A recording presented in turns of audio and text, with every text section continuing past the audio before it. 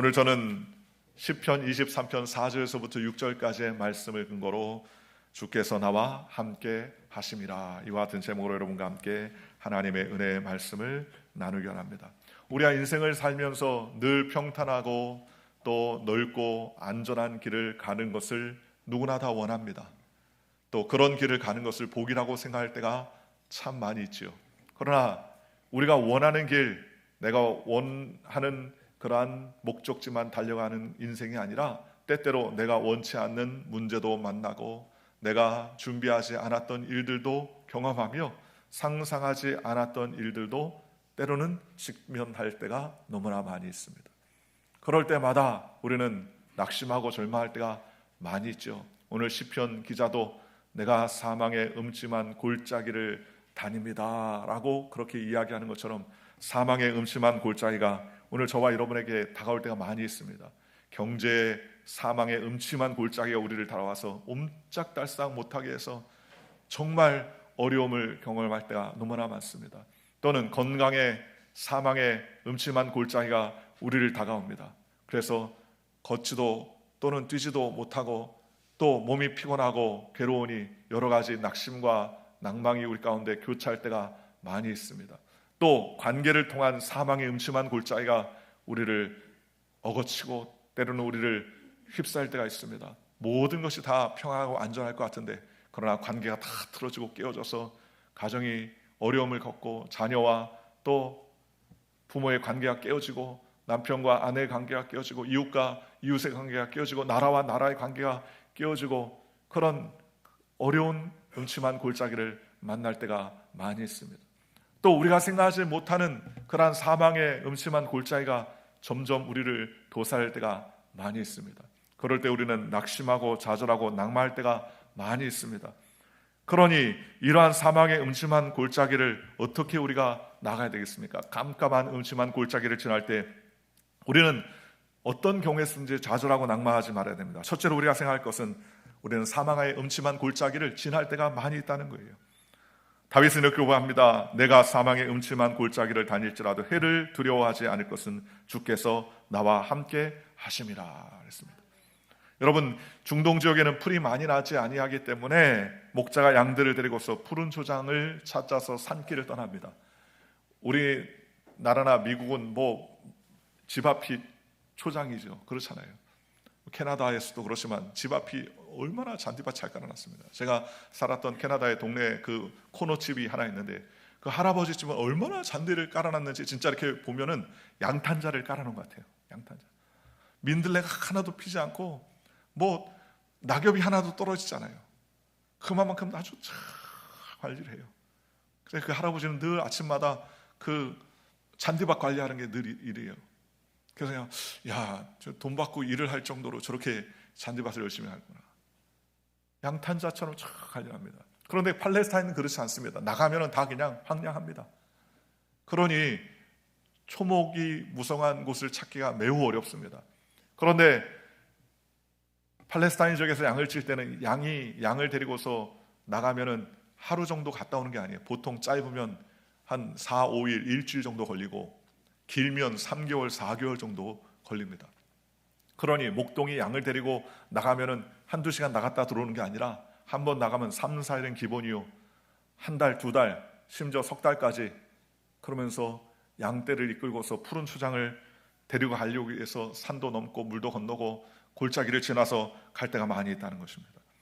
금방이라도 낭떠러지에 떨어질 것 같은 그러한 골짜기 또는 산을 넘길 때가 많습니다. 마음의 불안과 두려움이 가득합니다. 그럴 때 왜 우리가 사망의 음침한 골짜기를 지나야 되나?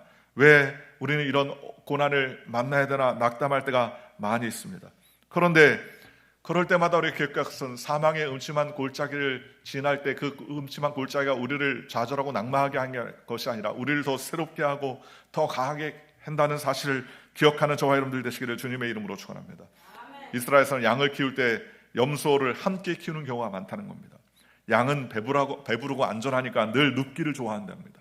초장만 만나면 먹고 촥 누워요. 그냥 누워. 그럴 때마다 염소가 가지고 막 들이받게 합니다. 아마 운동이 부족할까 봐 염소들이 자꾸 들이받으면 이리 뛰고 저리 뛰고 하니까 운동 부족이 나지 않도록 합니다. 제가 예전에 예수원에 가가지고 며칠을 머물렀던 적이 있는데 그 예수원에 보니까 양 목장이 조그만 게 하나 있더라고요. 양은 온순하고 착한 동물인 것 같은데 양의 성질이 굉장히 괴팍합니다. 한 번은 성경책을 읽더라고 그 마루에서 이렇게 앉아 있었는데 그 앞에 조그마한 목장이 있는데 거기에 양 2마리가 붙었어요. 보니까는 2마리가 붙었는데 서로 한 30m쯤 뒤로 뒷걸음을 잘 치더니 갑자기 전속력으로 2마리가 그냥 여기 땅 한 것처럼 팍 달려가더니요. 그러더니 머리를 팍 부딪히는데 두개골 깨지는 소리 나더라고요. 팍 소리 나는데 엄청 놀랐습니다. 봤더니 깨지진 않았는데 팍 부딪히더니 그 다음에 또 뒤로 슬금슬금 가더니 또 그냥 팍 부딪혀요. 열나니까 서로 부딪히고 이제 싸움 거는 거죠. 그래서 깜짝 놀랐습니다. 양이 온순한 줄 알았더니 이게 한 손가락 하는구나. 한 손가락 하는구나. 그래서 나중에 조사를 해봤더니 양이요 눈도 침침합니다. 1m 앞을 못 본다고 그래요. 그래서 양은 양의 꼬랑지를 보고서 이렇게 간다고 하는 거예요. 그러니까 앞양이 잘못된 길을 가면 뒷양도 같이 우르르 같이 가는 거예요. 또 양이 얼마나 성질이 못됐는지 겨울에는 따로 잔답니다. 겨울에는 따로 잔대요. 다. 왜 따로 자냐? 뭉쳐 자면 참 좋을 것 같은데 그랬더니 따로 자는 이유는 옆놈이 따뜻할까 봐. 옆놈이 같이 자면 옆놈이 따뜻할까 봐 옆놈이 따뜻한 걸 못 보는 거예요. 그래서 각자 따로 잔답니다. 여름에는 똘똘 뭉쳐 잔답니다. 더운데 왜 똘똘 뭉쳐 잡니까? 그랬더니 옆놈이 따뜻할까, 옆놈이 시원할까 봐 또 꽉 뭉쳐가지고 잔다는 거예요. 눈도 나쁘지, 부족하지, 또 승질도 괴팍하지, 또 남들이 잘 되는 걸 못 보지. 양 같아요, 양 같아요. 오늘 우리가 다 양 같아서 그릇 제각길로 갔다고 그랬습니다. 우리 양 같은 인생입니다. 그런데 그 양 같은 인생에 누가 계십니까? 목자가 계십니다. 그러니 사망의 음침한 골짜기를 막 다녀도 우리가 염려하지 않을 것은 목자가 함께 계시기 때문에 주님께서 인도해 주신다는 것입니다. 그러니 산꼭대기를 가고 골짜기를 지나는 경험이 우리를 어떻게 합니까? 힘이 나게 하고 또는 성장하게 하고 그것을 통과하게 하더라는 것입니다. 역사학자 아놀드 토인비는 인류 문명은 역경의 소산이다라고 그러게 얘기했습니다. 우리가 언뜻 생각할 때 기후가 좋고 따뜻하고 평안한 지역에 사는 민족들이 다 문명이 발달할 것 같은데 그렇지 않더라는 거예요. 오히려 겨울은 춥고 여름은 덥고 봄, 가을 사시사철이 뚜렷한 지역이 오히려 지혜롭게 그 자연에 처한 환경을 극복하며 오히려 어려운 과정을 거치면서 위대한 문명을 잘 이루어내게 되더라는 것입니다. 민족뿐만 아니라 개인의 고난이 없으면 성장하지 않습니다. 사람은 고난을 이겨내는 과정을 통해서 성장하는 것이죠. 그러니 대나무가 바람에 곧게 쓰러지지 않고 뻗을 수 있는 것은 중간중간에 마디가 있기 때문이라는 것입니다. 이 원리를 이용한 것이 드럼통이래요. 드럼통이 원래는 주름이 없었다고 합니다. 그런데 드럼통을 옮기는 과정에서 옆구리가 빵빵 자꾸 터져요. 그 안에 담겨있는 물체가 자꾸 터져서 문제가 생긴다는 겁니다. 그런데 어떤 사람이 대나무의 마디를 보니까 아이디를 얻어서 드럼통에 대나무 마디처럼 주름을 2개, 3개를 만들어 놨더니 보통 드럼통의 약 3배 이상의 힘이 가해져도 터지지 않게 되더라는 것입니다. 오늘 저와 여러분도 마찬가지입니다. 우리가 인생을 살 때 사망의 음침한 골짜기를 만날 때가 많이 있습니다. 그럴 때마다 우리는 낙심하지 말아야 됩니다. 왜냐하면 사망의 음침한 골짜기를 만나니까 우리의 발의 힘이 세지고 우리가 그 역경을 통과함으로 말미암아 우리의 성장이 또 일어나며 또 여러 가지 환경 가운데서도 승리할 수 있는 삶을 살게 되더라는 것입니다. 그러니 사망의 음침한 골짜기를 만난다고 해서 문제가 아니에요. 사망의 음침한 골짜기를 지날 때마다 우리는 낙심하고 낙담하지 말고 하나님께서 우리를 채워주시고 인도해 주실 것을 우리는 확신하며 하나님께 나아가는 믿음의 백성이 되시기를 주님의 이름으로 축원합니다. 시편 55편 4절과 1절에 이렇게 말합니다. 내 마음이 내 속에 심히 아파하며 사망의 위험이 내게 이르렀도다. 두려움과 떨림이 내게 이르고 공포가 나를 덮었도다. 나는 말하기를 만일 내게 비둘기같이 날개가 있었다면 날아가서 편히 쉬리로다. 너무나 어렵고 힘드니까 참 비둘기처럼 날개가 있다면 확 날아가서 편하게 쉬었으면 좋았을 뻔했다라는 그러한 고백을 시편 기자도 하지 않습니까? 그런데 감사한 것은요, 그런 사망의 골짜기를 다닐 때 우리는 소망을 가질 수 있는 것은 주님이 함께 하신다는 거예요. 오늘 성경에 우리에게 말했습니다. 하나님이 함께 하신다는 겁니다. 사망의 음침한 골짜기를 다녀도 하나님이 함께 하시고 하나님이 도와주신다는 거예요. 우리 하나님은 임마누엘 하나님 아니십니까? 그가 이 땅 가운데 함께 하십니다. 첫 번째 마리아에게 수태고지를 하실 때 그 이름을 임마누엘이라 하리라 그랬습니다. 임마누엘이라는 뜻은 우리와 함께 하신다라는 그러한 뜻이라는 거예요. 그러니 우리와 함께하는 분이 누구냐에 따라서 우리의 인생이 달라지는 것 아니겠습니까? 일전에 제가 멕시코 선교를 가서 비행기를 탄 적이 있었습니다. 성도님들과 같이 함께 가게 됐는데 비행기가 안전하게 날아가는 것 같아도 갑자기 그 제트 기류를 만나가지고 티블런스가 생기니까 막 위아래로 뛰는데 널뛰기를 막 하는데 물을 먹으려고 물잔을 갖다 대는데 물잔이 30cm 이상 튀어가지고 막 엎어지기도 하고 그래요. 덜컥 겁이 나더라고요. 마음에 덜컥 겁이 납니다. 그런데 보니까 옆에 있는 사람들이 막 아비규환이에요. 완전 막 어떤 사람은 머리를 수그리고서 기도를 하는 사람이 있고 어떤 사람은 중국 사람인데 막 손을 들고 염주를 외치듯 막 그렇게 외치는 사람이 있고 공포에 질려 있는 사람들이 많이 있습니다. 저도 마음이 굉장히 불안하더라고요. 막 요동을 치는데 마음이 불안해요. 그런데도 마음속에 한편으로는 살면 하나님의 복음을 위해서 하는 거고 죽으면 천국이라는 그런 확신이 있으니까 담대한 마음이 있는데 그런데 우리 옆에 있는 집사님 보니까는요 재밌다는 거예요. 롤러코스터보다 재밌다고 막 좋아하더라고요. 남자 집사님인데 재밌다고 막 그렇게 저는 그래서 제가 보니까 얼굴에 그냥 익사이팅 해가지고 얼굴이 막 눈이 초롱초롱하고 반짝반짝하는 거예요. 그래서 집사님 안 무서워요? 이랬더니 하나도 안 무서워요. 원래 비행기 타면 이렇게 안 무서워하냐 그랬더니 아니에요. 자기가 여행 갈 때 한 번 이런 적이 있는데 죽는 줄 알았다는 거예요.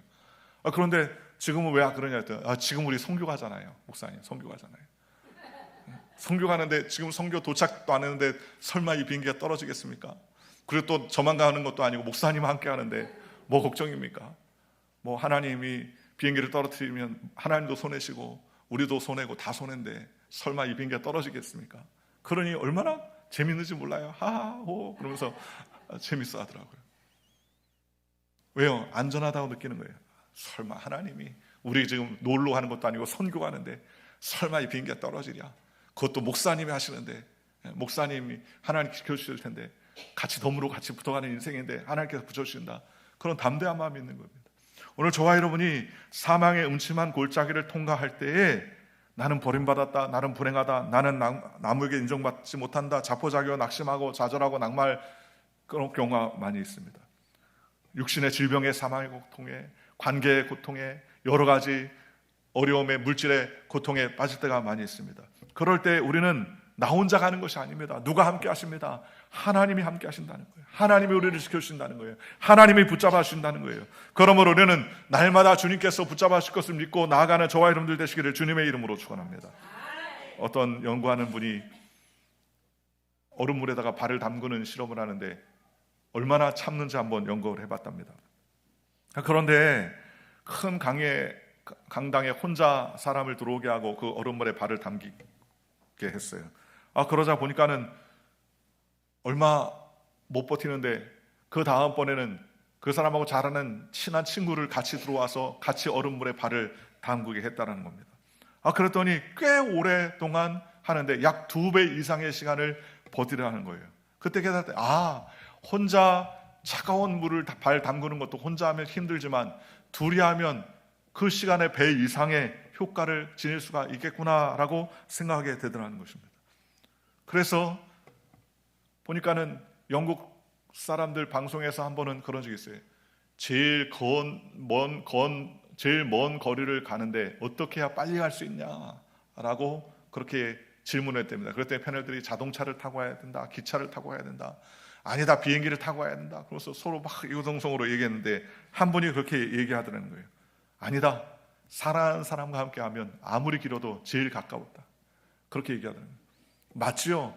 사랑하는 사람, 내가 가장 사랑하고 좋아하는 사람이 내 옆에 앉아있다면 그 긴 시간도 그냥 하늘을 나는 것 같은 그런 기분으로 순식간에 지나가지 않습니까? 여러분들 잘 아시지 않습니까?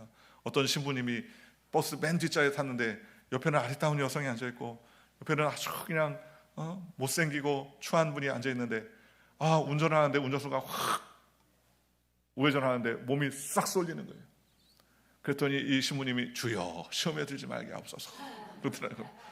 그런데 가다가 다시 왼쪽으로 차가 확 트니까는 몸이 이쁜 여성에게 쏙 쏠리니까 이 신부님이 주여 뜻대로 하옵소서. 사람이 참 연약해요. 아무리 먼 거리도 사랑하는 사람과 함께하면요, 그 시간이 금세 지나지 않습니까? 그러나 생각해 보십시오. 한 10분 정도 같이 가도 옆에 무지막지한 강도가 탁 옆에 있다고 생각해 보십시오. 그거 얼마나 불안하고 또 힘들겠습니까?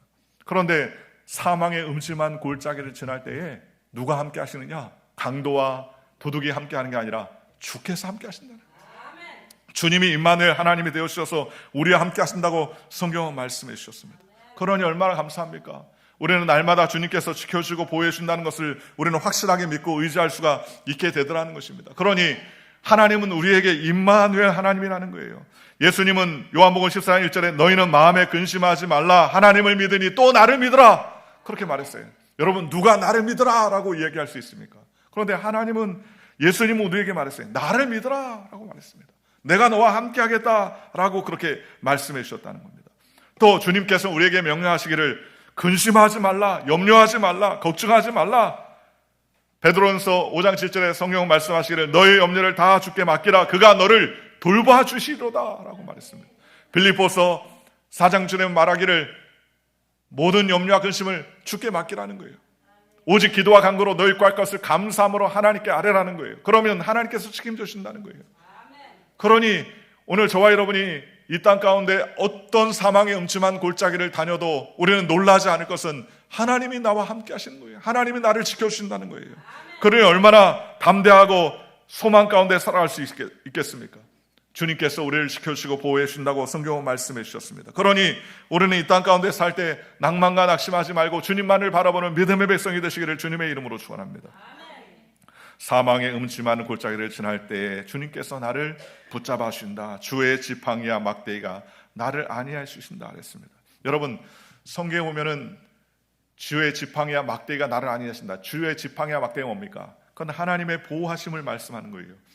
목동이 들고 있는 막대기는 끝이 이렇게 길어가지고 휘어져 있습니다.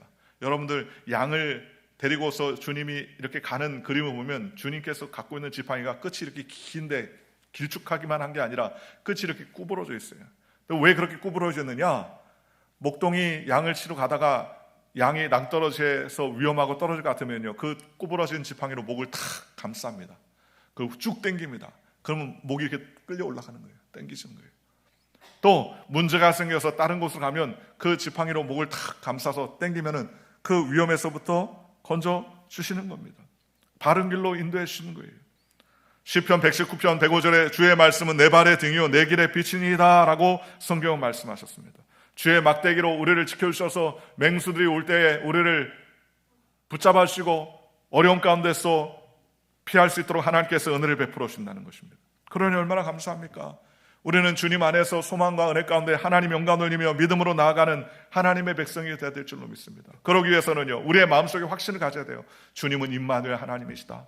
나와 동행하신다. 나와 함께 하신다. 나를 붙잡아 주신다. 나를 책임져 주신다는 그러한 믿음을 가지고 나아가는 저와 여러분들 되시기를 주님의 이름으로 축원합니다.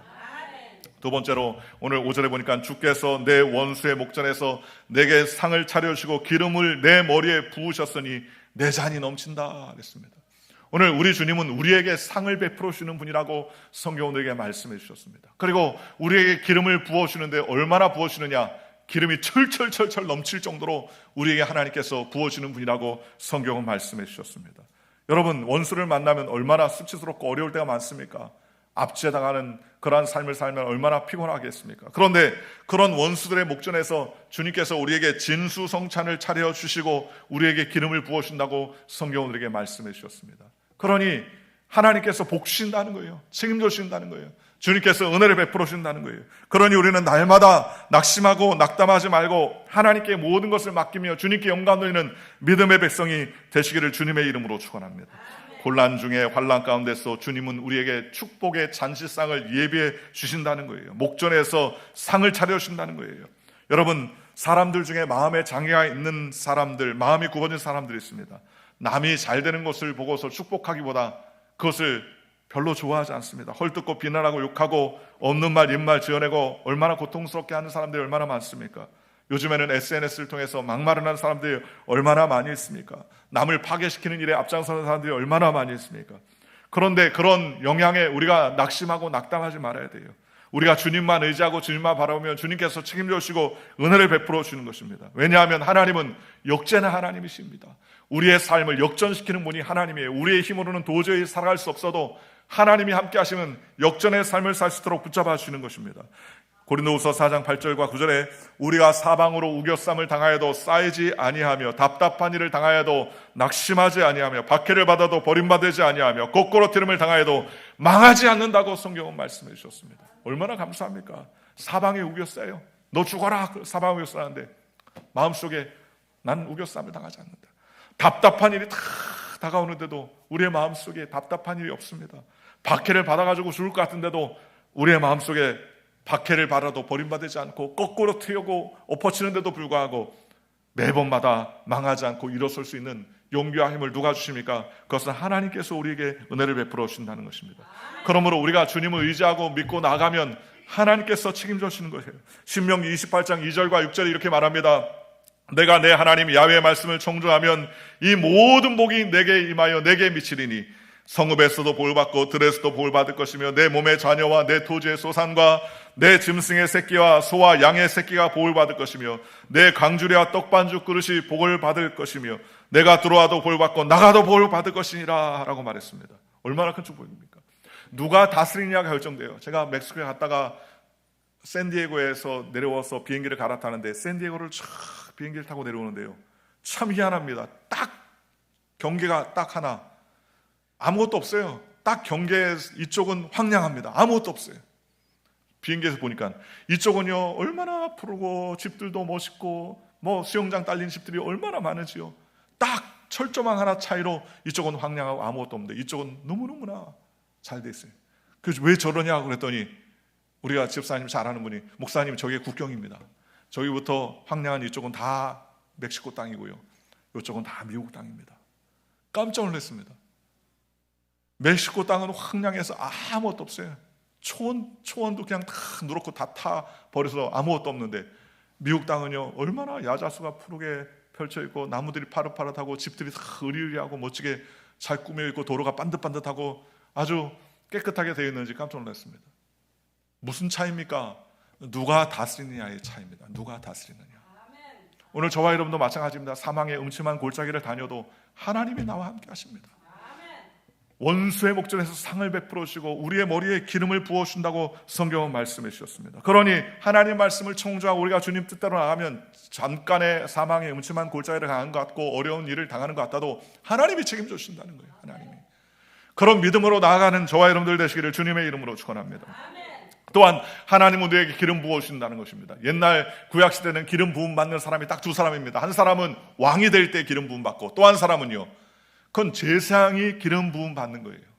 그러니 왕이나 제사장 외에는 기름 부음 받을 수 없습니다. 그런데 하나님께서 우리에게 상을 베풀어 주실 뿐만 아니라 내 머리에 기름을 부어주신다는 거예요. 내 머리에 기름을 부어주신다는 것은 나를 높여주신다는 것입니다. 나를 붙잡아 주신다는 것입니다. 모든 사람들 앞에서 나를 뛰어나게 하시고 기름을 부으실 뿐만 아니라 차고 넘칠 수 있도록 하나님께서 은혜를 베풀어 주신다는 거예요. 여러분, 저와 여러분이 하나님의 은혜로 말미암아 흘러 넘치게 주님께서 복을 허락해 주신다고 성경은 말씀해 주셨습니다. 주님이 함께 하시면 인생이 넘쳐나는 거예요. 인생이 넘쳐나는 거예요. 유럽에나 저기 아프리카에 선교사들이 1년에 한 번씩 미국의 선교대나 또는 와가지고 이렇게 세미나를 하는데 미국에 오면 굉장히 풍성하다는 거예요. 그럼 뭐가 이렇게 풍성하냐 했더니 유럽에서는요 물도 다 사 먹어야 되고요, 화장실 갈 때도 돈 내고 들어가야 된답니다. 그렇죠. 물 가서 다 물 사 먹어야 된대요. 화장실 갈 때도 돈 내고 들어가야 된답니다. 그래 되게 힘든데 미국에 오니까 너무너무나 풍성하다는 거예요. 그냥 다 풍성하다는 거예요. 법회도 얼마나 풍성한지, 먹고도 남아도 너무너무나 풍성하다는 거예요. 왜 풍성하느냐? 하나님 복 주시니까 그래요. 하나님 복. 오늘 저와 여러분이 나눠주고 베푸는 기쁨들이 넘쳐나시기를 주님의 이름으로 축원합니다. 이왕 사는 인생 한 번뿐인 인생인데 나눠주고 베푸시기를 주님의 이름으로 축원합니다.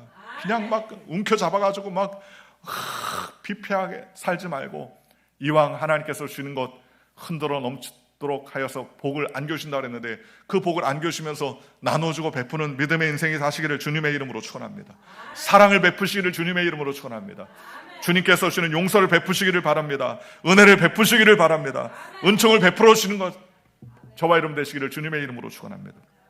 움켜쥐면 내 것이 될 것 같은데 움켜쥐면 그것에서 더욱더 가난하게진다는 거예요. 나눠주면 나눌수록 없어질 것 같은데 오히려 나눠주면 나눠질수록 더 풍성히 얻게 하신다는 거예요. 그러니 성령의 기름 부으심을 허락하신, 기름 부으신다는 것은 성령의 충만함을 주신다는 거예요. 그러니 예수님의 사역 가운데도 무엇입니까? 성령의 충만함이 임하는 것 아니겠습니까? 사도행전 10장 38절에 하나님이 나사렛 예수에게 성령과 능력을 기름 붓듯 하셨으며 그가 두루 다니시며 선한 일을 행하시고 마귀에게 눌린 모든 자를 고치셨으니 이는 하나님이 함께 하셨습니다. 성령이 임하시니까 주님이 가는 곳마다 무슨 일이 생겼습니까? 선한 일이 생기고요, 마귀의 일이 멸하게 되고요, 병든 사람이 치료함 받고 안질맥이 일어나고 중병자가 살아나고 놀랍게 하나님의 기적의 역사가 일어나기 시작하더라는 것입니다. 그리고 하나님의 놀라운 역사가 나타나 주님이 함께 하시는, 예수님이 가는 곳마다 그랬습니다. 그러니 부족함이 없었습니다. 오늘 저와 여러분도 마찬가지입니다. 주님이 함께 하시고 동행하시면 여러분이 가는 곳마다 넘치는 귀한 역사가 일어나는 거예요. 하나님의 기적의 역사가 일어나는 거예요. 풍성한 은혜의 역사가 일어나는 거예요. 그런 역사가 있으시기를 주님의 이름으로 축원합니다. 주님이 함께 하시면 우리의 삶에 상을 베풀어 주실 뿐만 아니라 이렇게 기름이 넘치도록 주님께서 책임져 주신다는 거예요. 6절입니다. 내 평생의 선하심과 인자하심이 반드시 나를 따르니 내가 야훼의 집에 영원히 살리로다 했습니다. 하나님의 인자하심이 평생 우리를 쫓아 하신다는 거예요. 선하고 인자하신 하나님이 우리를 책임져 주신다는 거예요. 그러니 하나님은 어떤 하나님이시냐? 인자하신 하나님, 선하신 하나님, 좋으신 하나님이라는 거예요. 여러분, 우리 하나님은 어떤 하나님이냐라는 생각이 꽉 들어차는 것대로 되는 것입니다. 여러분이 우리 아빠는 좋은 아빠야, 우리 아빠는 자상한 아빠야, 아빠는 내가 말만 하면 다 들어주셔 라는 그러한 아빠의 자아상이 좋으면요, 아버지에 대한 자아상이 좋으면 하나님에 대한 자아상이 좋아요. 아유, 우리 아버지는 나를 맨날 두들겨 패는 아버지야. 아버지는 그냥 용돈 하나도 안 주는 아버지야. 아버지는 내가 뭔 말 하면 그냥 으르렁거리는 아버지야. 그러면은 얼마나 불안합니까? 그런데 우리 하나님은 어떤 하나님이냐? 선하시고 좋은 하나님이라는 거예요. 그러니 우리가 신앙생활 때 우리의 생각을 딱 고쳐먹을까? 하나님에 대한 인식을 바꿔야 돼요. 어떤 하나님이다? 하나님은 나를 축복하신 하나님이다. 하나님은 나를 잘되게 하신 하나님이다. 하나님은 나에게 선을 베풀어 주신 하나님이다. 하나님은 나에게 인자하신 하나님이다. 그 하나님을 우리가 자꾸 의지하고, 여러분 육신의 아버지는 인자하지 않아도 우리 하나님 아버지는 인자하시는 분이라고 못 박아 놓았지 않습니까? 그렇잖아요. 얼마나 사랑하는지, 우리를 사랑했으면 아들까지 십자가에서 못 박혀서 우리를 사랑해 주십니까? 그런 사랑을 어떻게 우리에게 이렇게 베풀어 주십니까? 선한 내 평생에 선하고 인자하심이 반드시 나를 따르니 내가 야훼의 집에 영원히 산다. 하나님께서 그렇게 복을 허락해 주셨습니다. 그러니 우리는 이 믿음을 가지고 살아야 됩니다. 로마서 8장 28절에 우리가 알거니와 하나님을 사랑하는 자 곧 그 뜻대로 부르심을 입은 자들에게는 모든 것이 합력하여 선을 이룬다 그랬습니다. 얼마나 감사한 일입니까? 여러분, 하나님을 사랑하십니까? 하나님을 사랑하세요? 하나님을 사랑하는 자라고 그랬습니다. 우리는 하나님을 사랑해요. 또 그 뜻대로 부르심을 입은 자들, 여러분 주님의 뜻대로 부르심을 받았습니까? 아멘입니까? 우리는 하나님의 뜻대로 부름받았습니다. 왜입니까? 예수님의 이름으로 부름받았어요. 예수님의 이름으로 부름받았으니 우리가 예수님을 구세주로 믿고 하나님의 아바 아버지라 부르는 것 아니겠습니까? 하나님을 사랑하고 그 뜻대로 부름받은 자들은 모든 것, everything, 모든 것이 합력하여 선을 이룬다는 거예요. 지금은 잠깐 안 좋은 것 같고, 지금은 잠깐 어려운 것 같고, 지금은 이해가 되지 않는 것 같아도 이러한 모든 것들 버무리고 또 버무려서 하나님께서 우리에게 놀랍도록 은혜를 베풀어 주셔서 합력해서 선을 이루어 주신다고 성경은 말씀해 주셨습니다. 오늘 저와 여러분에게 좋은 일을 차고 넘칠 수 있도록 하나님께서 은혜를 베풀어 주신다는 거예요. 그러니 우리는 하나님을 의지해야 되는 것입니다. 하나님을 붙잡아야 되는 것입니다. 오늘 시편 23편, 다윗이 쓴 시편 아닙니까? 시편 기자인 다윗은 이런 고통과 어려움 가운데서 그런 주옥 같은 그러한 고백을 하면서 뭐라고 말했습니까? 평생의 선하심과 인자심이 반드시 나를 따른다. 그는 그렇게 자기에 대해서 선언했습니다. 나의 평생에 하나님의 선하심과 인자심이 나를 따른다. 나는 여호와의 집에 영원히 산다. 여러분, 믿음의 고백을 했습니다. 오늘 저와 여러분도 그런 믿음의 고백을 해야 됩니다. 환경을 바라보고 상황을 바라보면 믿음이 안 생겨요. 믿음이 무슨 믿음이 생깁니까? 죽을 믿음만 생기죠. 이제 죽었구나. 이젠 소망이 없구나, 이제 낙심이구나, 끝났구나, 환경을 바라보면 절단 강산이구나, 그런 생각만 철철 넘칩니다. 그런데 다윗도 마찬가지입니다. 다윗도 시편을 쓸 때 맨날 도망다니고 자기를 죽이려 쫓아오는 원수 앞에서 얼마나 고통을 받았습니까? 그럼에도 불구하고 다윗은 믿음으로 고백합니다. 내 평생의 선하신가 인자하시니 반드시 나를 따른다. 내 뒤에는 맨날 선하신가 인자하심이 쫓아다닌다. 그러니 나와 함께한다. 나는 여호와의 집에 영원히 선다. 주님께서 나를 책임져 주신다. 이런 믿음의 고백을 하게 되었다는 것입니다. 오늘 저와 여러분도 그런 믿음의 고백을 하시기를 주님의 이름으로 축원합니다. 내가 문제를 만났지만 하나님께서 이 문제를 통하여서 나는 기적적으로 하나님의 은혜를 만나게 된다. 여러 가지 환난과 어려움 가운데서 주께서 나에게 상을 베풀어 주신다. 주의 지팡이와 막대기가 나를 책임져 주신다. 안위해 주신다. 그리고 하나님께서 나를 붙잡아 주기 때문에 나의 평생의 인자하심과 선하심이 나를 따라 주신다. 그렇게 믿음으로 고백하는 저와 여러분들 되시기를 주님의 이름으로 축원합니다. 그럴 때 하나님께서 책임져 주시고 은혜를 베풀어 주시고 성령으로 충만케 우리를 붙잡아 주시는 것입니다. 사람의 입술로 고백한 대로 사는 거예요. 믿음으로 고백한 대로 사는 거예요. 죽겠다, 소망 없다, 끝장났다라고 낙심하면 그 말 그대로 우리는 마음에 불안하고 낙심하고 낙담하고 슬퍼하고 좌절합니다. 그러나 우리가 마음을 고쳐먹고 하나님이 나와 함께 하신다, 나는 주님 안에서 은혜와 인자가 풍성히 넘친다, 선한 일이 생긴다, 평생에 주님이 나와 동행해 계신다, 믿음으로 고백하면 하나님께서 역사하시고 은혜를 베풀어 주시는 것입니다. 그럴 때마다 주님께서 우리의 삶을 풍성하게 은혜 베풀어 주고 성령으로 충만하게 하시는 분임을 믿으시기를 주님의 이름으로 축원하고, 사랑하는 성도 여러분, 어떤 삶을 살더라도 주님이 지켜주고 보호해 주신다는 사실을 기억하며 하나님께 영광 돌리는 저와 여러분들 되시기를 주 예수의 이름으로 간절히 축원합니다.